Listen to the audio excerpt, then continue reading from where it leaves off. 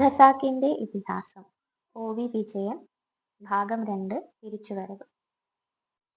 ഖസാക്കിലെ ഓത്തുപള്ളിയിൽ ഇരുന്നുകൊണ്ട് അള്ളാപ്പിച്ച മുല്ലാക്ക രാവുത്തന്മാരുടെ കുട്ടികൾക്ക് ആ കഥ പറഞ്ഞു കൊടുക്കുന്നു. പണ്ട് പണ്ടു പണ്ട്, വളരെ പണ്ട്, ഒരു പൗർണമി രാത്രിയിൽ 1001 കുതിരകളുടെ ഒരു പട ഖസാക്കിലേക്ക് വന്നു. റബ്ബുൽ ആലമീനായ തമ്പുരാന്റെയും മുത്തുനബിയുടെയും ബദരീങ്ങളുടെയും ഉടയവനായ സയ്യദ് മിയാൻ ഷേഖും തങ്ങന്മാരുമായിരുന്നു അത്. 1000 കുതിരകളും കേടറ്റ വെള്ള കുതിരകളായിരുന്നു. എന്നാൽ ഷെയ്ഖ് തങ്ങളാകട്ടെ ചടച്ചു കിഴവനായ ഒരു പാണ്ടൻ കുതിരപ്പുറത്താണ് സവാരി ചെയ്തത്. ഇതിഹാസം ചെവിക്കൊണ്ട ഓരോ തലമുറയും ചോദിച്ചിട്ടുണ്ട്, അതെതുക്കു മുല്ലാക്ക? അന്ത കുതിരയ്ക്ക് ആര് തുണ? മുല്ലാക്ക പറഞ്ഞു, അതുക്ക് തുണ പടച്ചവൻ, ഷെയ്ഖ് തങ്ങള്. അതാണ് ഷെയ്ഖ് തമ്പുരാൻ ആ കുതിരയെ തിരിച്ചു പിടിച്ചത്. എന്നിട്ട് ആ കുതിരയ്ക്ക് കാലു വഴച്ചപ്പോൾ പട നിലയ്ക്കണമെന്നു കൽപ്പിച്ചു. തങ്ങന്മാർ കുതിരകളെ കരിമ്പനകളിൽ തളച്ചിട്ടു. രാത്രിയുടെ അവസാന യാമത്തിൽ പാണ്ടൻ കുതിര ചത്തു. ഖസാക്കിലെ പനങ്കാട്ടിലാണ് അവനെ കുടി വെച്ചത്. കിഴക്കൻ കാറ്റടിക്കുമ്പോൾ തൊണ്ടിയും മിരടിയും അവന്റെ കുളമ്പടി കേൾക്കാമത്രേ. പഴനിമല കയറാൻ പോകുന്ന ഷൺമുഖാനന്ദന്മാർ കാല് തളരുമ്പോൾ അവനെ വിളിച്ചു. കിഴവന്മാരെയും വിധവകളെയും അവൻ പുറത്തു കയറ്റി ചുരം കടത്താറുണ്ടെന്ന് ഐതിഹ്യം പറഞ്ഞു. പാണ്ടൻ കുതിരയുടെ പനങ്കാട്ടിൽ തങ്ങന്മാർ പാളയമടിച്ചു. ആ പാളയത്തിന്റെ സന്തതികളത്രേ ഖസാക്കുകാർ. ചെതലിമലയിൽ ഇന്നും ഷെയ്ഖ് തങ്ങളുടെ കല്ലറ കാണാം. അവിടെ പാർത്തുപോന്ന ഷെയ്ഖിന്റെ പ്രേതത്തെ ഖസാക്കിലെ റാവുത്തന്മാരും ഈഴവരും ഉപാസിച്ചു പോന്നു. മുല്ലാക്ക പറഞ്ഞു, ഞമ്മക്ക് ശെവാകുമ്പോ പടച്ചവൻ വന്ന് ഞമ്മണ്ട പെരടി കയറി കുത്തിയിരിക്കും. തന്റെ ഇഴ പറഞ്ഞ കുപ്പായത്തിന്റെ മണം ശ്വസിച്ച് മൊല്ലാക്ക തെല്ലുനേരം ഒന്നും പറയാതെ ഇരുന്നു. പടച്ചവൻ പടനോട് ചൊല്ലും, അങ്ക നിക്ക്. മൊല്ലാക്ക തുടർന്നു, ഇന്ത കെരട്ടു കുതിര ശാഖ വരയ്ക്കും. ഒരഗതിയുടെ അന്ത്യശുശ്രൂഷയ്ക്കായി ഉടയവന്റെ സേനാവ്യൂഹം അത്രയും നിൽക്കുന്നു. ഇന്ന് ആരിന്റെ കുറിയാക്കും? അല്ലാഹുവിന്റെ പാണ്ടൻ കുതിരയെപ്പോലെ മൊല്ലാക്ക ഓത്തുപള്ളിയോട് ചോദിച്ചു. എന്നും ഒരു കുട്ടിയുടെ ഊഴമാണ്. അന്നത്തെ ഊഴം കുഞ്ഞാമിനിയുടേതായിരുന്നു. ഊഴമനുസരിച്ച് മൊല്ലാക്കയുടെ പ്രാതലിനുള്ള വെള്ളയപ്പം അവൾ അന്നു കൊണ്ടുവന്നിരുന്നില്ല. ഓർമ്മത്തെറ്റു പറ്റിയതല്ലായിരുന്നു. വരുന്ന വഴി അരശിൻ പൂക്കൾ കൊഴിഞ്ഞുകിടന്ന പറമ്പിൽ ഒരു പറ്റം കാട്ടുമയിലുകൾ മേയുന്നതു കണ്ടു. ഉമ്മ പൊതിഞ്ഞുകൊടുത്ത വെള്ളയപ്പം കെട്ടഴിച്ചു നുറുങ്ങുകളാക്കി അവൾ മയിലുകൾക്ക് എറിഞ്ഞുകൊടുത്തു. വെള്ളയപ്പം കഴിഞ്ഞപ്പോൾ ചൂട്ടൻ മയില് അവളുടെ പുറകെ തിരക്കി വന്നു. കയിഞ്ചത് മയിൽച്ചാരേ, അവൾ പറഞ്ഞു. കൊക്കക്കോ എന്നു പറഞ്ഞ് ഇടംകണ്ണിട്ടു നോക്കി മയില് അവളുടെ പുറകെ ഓടാൻ തുടങ്ങി. ഒടുവിൽ അത് അവളുടെ കാൽവണ്ണയിൽ കൊത്തി ചോര വരുത്തി. നൊന്തെങ്കിലും കുഞ്ഞാമിനയുടെ മനസ്സ് നിറഞ്ഞു. മയില് തന്നെ കൊത്തിയല്ലോ, അവൾ ഗൊലുസുവിനോടും നൂർജഹാനോടും പറഞ്ഞു. കുഞ്ഞാമിന ഓത്തുപള്ളിയിൽ എണീറ്റു നിൽക്കുകയാണ്. മൊല്ലാക്ക അവളുടെ അടുത്തു ചെന്നു നിന്നു. അവൾ മയിലുകളുടെ കഥ പറഞ്ഞില്ല, ഒന്നും പറഞ്ഞില്ല. ഇപ്പോൾ തല്ലു വീഴുമെന്ന് കുട്ടികൾ നിശ്ചയിച്ചു. പക്ഷേ മൊല്ലാക്ക ഒന്നും ചെയ്തില്ല. അയാൾ എന്തോ ഓർത്തു പോകുകയായിരുന്നു. കഴിഞ്ഞ ആഴ്ച ആൽത്തറയ്ക്കൽ കൂടിയ പഞ്ചായത്തിനെ കുറിച്ചാണ് മൊല്ലാക്കയോർത്തത്. മൊല്ലാക്ക വിളിച്ചിട്ടായിരുന്നു ഖസാക്കിലെ കാരണവന്മാർ അവിടെ കൂടിയത്. ഏതാനും ചെറുബാല്യക്കാരും വന്നു ചേർന്നിരുന്നു. ഖസാക്കിൽ ഇങ്ങനെയൊരു സ്കൂളിന്റെ ആവശ്യമില്ലെന്ന് മൊല്ലാക്ക അവരോട് പറഞ്ഞു. മൈലാഞ്ചിത്താടികളുഴിഞ്ഞ് കാരണവന്മാർ സമ്മതം മൂളി. കാക്കയ്ക്ക് ചേക്കയിടം കൊടുക്കരുതെന്ന് മൊല്ലാക്ക പറഞ്ഞു. അവർ സമ്മതിച്ചു. ചെറുബാല്യക്കാർ മാത്രം എന്തോ പതുക്കെ പറഞ്ഞു. എന്നാ എന്നാ? മൊല്ലാക്ക തിരക്കി. സർക്കാർ വിഷയം, കാസിം പറഞ്ഞു. ഞമ്മ വേണ്ടാന്ന് ചൊന്നാ ഇന്ത സ്കൂള് നിക്കപ്പോറുതുണ്ടോ? അലിയാരുടെ ചായപീടികയുടെ മുമ്പിലെ അത്താണിപ്പുറത്തിരുന്നു കൊണ്ട് അവിടെ കലങ്ങി നിന്ന ആൾക്കൂട്ടത്തോട് കുപ്പുവച്ചൻ ചോദിച്ചു. എന്താണെന്നോ, ഇത് നടക്കുവോ? സ്കൂള് നടത്താൻ അധ്വാനിക്കുന്നവർ പലരുമുണ്ട്.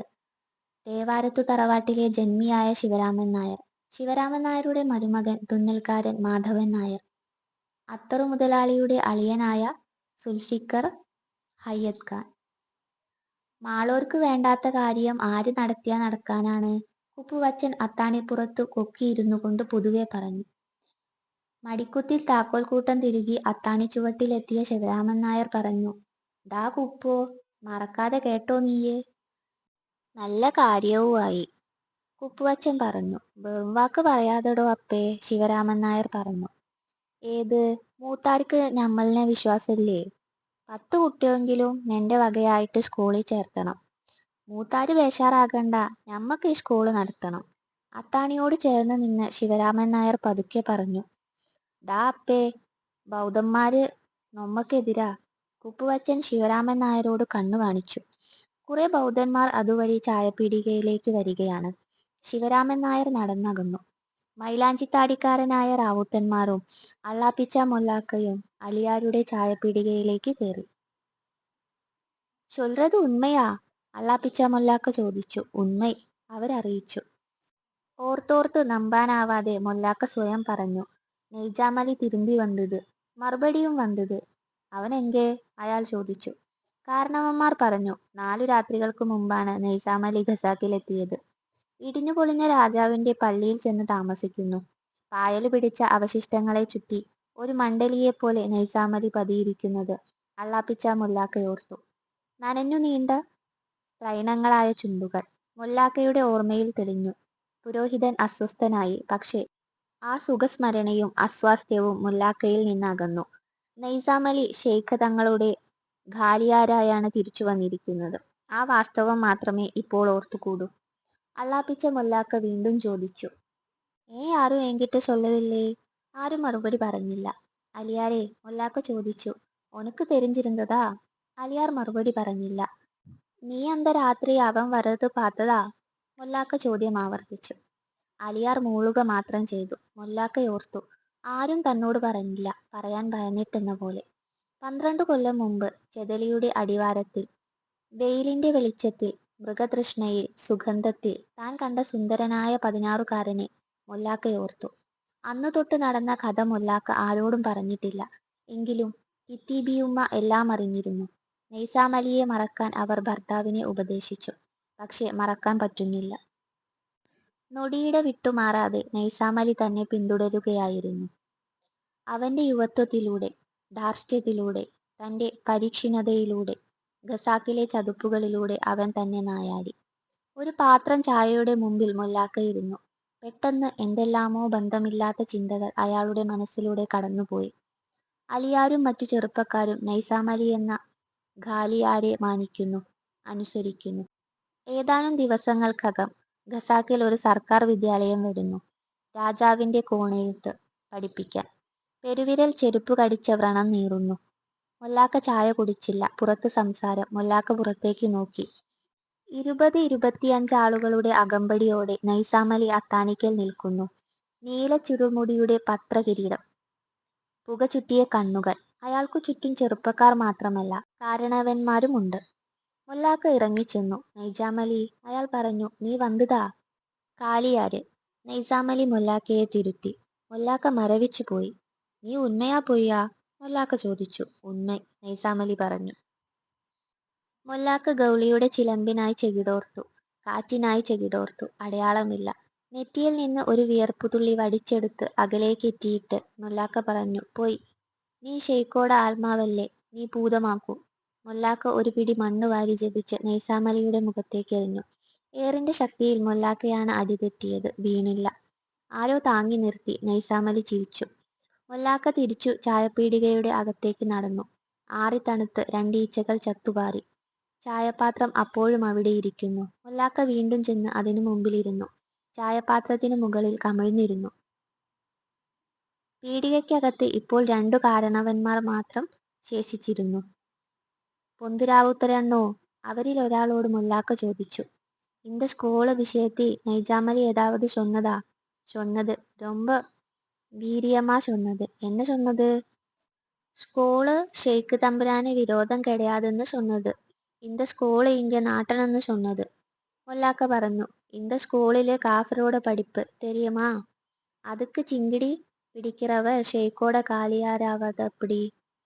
വൈമനസ്യത്തോടെ പൊന്തുരാവൂത്തരണ്ണൻ പറഞ്ഞു. എന്നമോ എന്നമോ. പെട്ടെന്ന് മൊല്ലാക്ക ഉഗ്രമായി ആട്ടാൻ തുടങ്ങി. ധൂ ധൂ ധൂ. ആരെയെന്നും എന്തിനെന്നും അറിഞ്ഞില്ല. പൊന്തുരാവൂത്തരണ്ണൻ ഞെട്ടിമാറി. കവിൾ നിറയെ കുടിച്ച ചായ പൂക്കുറ്റി പോലെ മൊല്ലാക്ക വെളിയിലേക്ക് തുപ്പി.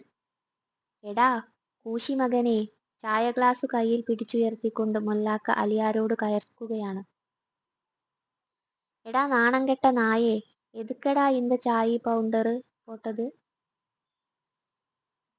ആരും തടയുന്നതിനു മുമ്പായി മൊല്ലാക്ക ചായ ഗ്ലാസ് പുറത്തേക്ക് വലിച്ചെറിഞ്ഞു. മൊല്ലാക്ക! നെയ്സാമലി അകത്തേക്ക് വന്നു. പുറകെ കാരണവന്മാർ, ചെറുപ്പക്കാർ. ബെഞ്ചുകൾ കാലുകൊണ്ടു നീക്കിമാറ്റി അയാൾ മൊല്ലാക്കയോടടുത്തു. ചടച്ചുയർന്നതെങ്കിലും ബലിഷ്ഠമായ ആ ശരീരം ഒരു നിഴലുപോലെ തന്റെ മുകളിൽ പന്തലിച്ചു നിൽക്കുന്നതായി മൊല്ലാക്കയ്ക്ക് അനുഭവപ്പെട്ടു. പതിഞ്ഞ ദൃഢസ്വരത്തിൽ നെയ്സാമലി പറഞ്ഞു, അടങ്ങി മൊല്ലാക്ക. ഓത്തുപള്ളിയിലെ കുട്ടികൾ നിശബ്ദരായി. കുഞ്ഞാമിനയുടെ അരികത്ത് ധ്യാനത്തിലെന്നപോലെ നിന്ന മൊല്ലാക്കയുടെ കണ്ണുകൾ നിറഞ്ഞൊഴുകുകയായിരുന്നു. കുഞ്ഞാമിനയുടെ തലയിൽ കൈപ്പടമമർത്തിക്കൊണ്ട് അയാൾ നിന്നു. ശരി, അവസാനം മൊല്ലാക്ക പറഞ്ഞു. ഇനി നീ മറന്നാണ്ടാവലാലേ? മറക്കുവോ? മൊല്ലാക്ക പൊറുപൊറുത്തു. പക്ഷേ കരഞ്ഞതെന്തിനെ? ഇല്ല, അവൾ പറഞ്ഞു. പിന്നെ ആര് വിഷയം? മൊല്ലാക്ക പറഞ്ഞു. നീ ആ കാഫറിന്റെ സ്കൂളിൽ പോകുവോ?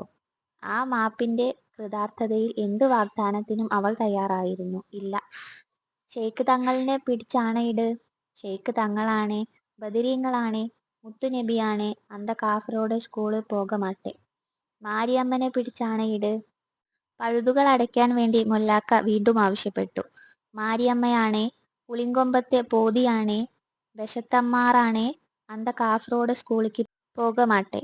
ശരി. മൊല്ലാക്ക വീണ്ടും ചെന്ന് ഇതിഹാസ കഥനത്തിന്റെ പീഠത്തിലിരുന്നു. 40 കാലമായി ഈ 60 പിറന്നാളുകൾ തികയുവോളം അതിന്മേലിരിക്കുന്നു. ആ ഇതിഹാസത്തിന്റെ മലയോരങ്ങളിലൂടെ ഷെയ്ഖിന്റെ പുകൾ പാടിക്കൊണ്ട് അഗതിയായി താൻ നടക്കുന്നു. പതികന്റെ കാൽവിരലിലെ വ്രണം നൊന്തു. For watching. ഈ കഥയെക്കുറിച്ചുള്ള നിങ്ങളുടെ അഭിപ്രായങ്ങളും നിർദ്ദേശങ്ങളും താഴെ കമന്റ് ചെയ്യുമല്ലോ. അടുത്ത ഭാഗത്തിനായി ചാനൽ സബ്സ്ക്രൈബ് ചെയ്യാൻ മറക്കരുത്.